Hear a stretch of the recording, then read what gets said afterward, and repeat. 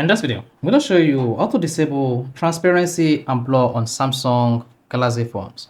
So if your device transparency and blur function is enabled, then you can simply disable this on your device. Or if you're trying to enable this function on your Samsung device, here is a video for you.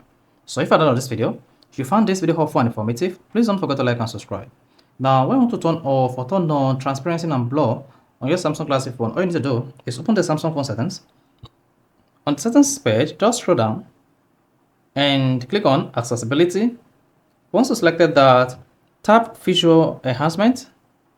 Then under visual enhancements, just scroll down. Once you get to reduce transparency and blur, this is going to reduce visual effect on dialogues and menus to make them easy to see.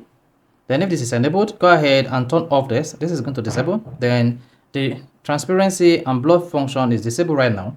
Then if you turn this to blue, that shows the reduced transparency and blur function is enabled. So this is how you can easily enable or disable reduce transparency and blur on Samsung Galaxy device. So if this is helpful and informative, please don't forget to like and subscribe.